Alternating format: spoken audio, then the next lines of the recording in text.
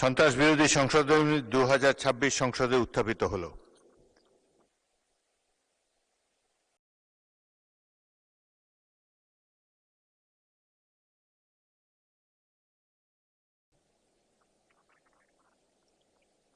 আমি এখন মাননীয় স্বরাষ্ট্রমন্ত্রী সালাউদ্দিন আহমদকে সংসদে উত্থাপিত আকারে সন্ত্রাস বিরোধী সংশোধন বিল 2026 অবিলম্বে বিবেচনার প্রস্তাব উত্থাপনের আহ্বান জানাচ্ছি। ধন্যবাদ মাননীয় স্পিকার। আমি সালাউদ্দিন আহমদ, মন্ত্রী স্বরাষ্ট্র মন্ত্রণালয়, প্রস্তাব করছি যে সন্ত্রাস বিরোধী আইন 2009-এর অধিকতর সংশোধনকল্পে আনিত বিলটি সন্ত্রাস বিরোধী সংশোধন বিল 2026 মহান সংসদ উত্থাপিত আকারে অবিলম্বে বিবেচনার জন্য গ্রহণ করা হোক। সংসদের সামনে প্রশ্ন হচ্ছে, সংসদে উত্থাপিত আকারে সন্ত্রাস বিরোধী সংশোধন বিল 2026 অবিলম্বে বিবেচনার জন্য গ্রহণ করা হোক। যারা এই প্রস্তাবের পক্ষে আছেন তারা হ্যাঁ বলুন, যারা এই প্রস্তাবের বিপক্ষে আছেন তারা না বলুন। আমার মনে হয় হ্যাঁ জয়যুক্ত হয়েছে, হ্যাঁ জয়যুক্ত হয়েছে, হ্যাঁ জয়যুক্ত হয়েছে।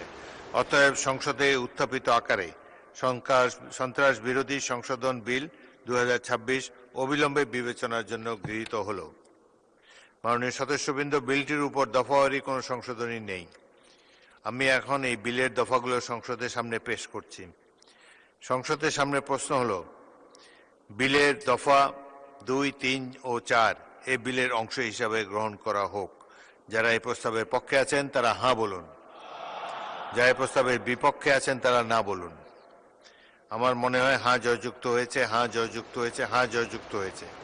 অতএব বিলের দফা 2, 3 ও 4 এই বিলের অংশ হিসাবে গৃহীত হল। সংসদের সামনে প্রশ্ন হচ্ছে, বিলের 1 দফা বলবৎকরণ দফা প্রস্তাবনা, প্রবর্তন এবং শিরোনামা এই বিলের অংশ হিসাবে গ্রহণ করা হোক।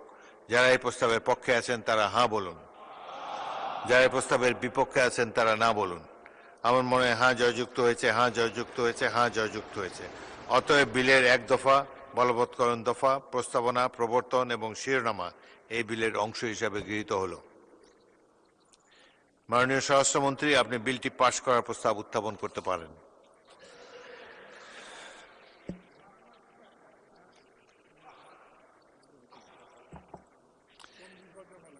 মাননীয় বিরোধী দলের নেতা, আপনি কি বিলের সম্পর্কে কিছু বলতে চান?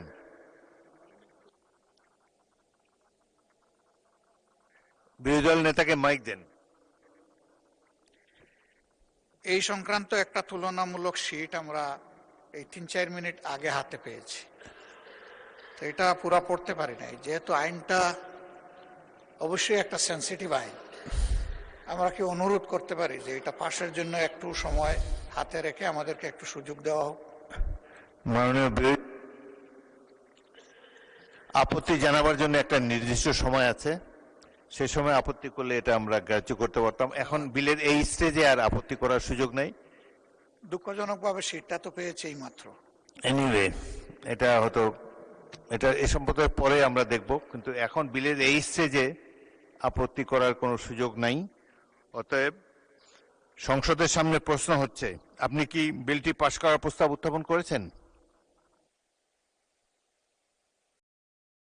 বিলটি পাশ করার প্রস্তাব উত্থাপন করতে পারেন মাননীয় স্পিকার। মানে বিরোধী দলের নেতা ফ্লোর আপনি প্রস্তাব পাশ করার প্রস্তাব উত্থাপন করতে পারেন। জি মাননীয় স্পিকার।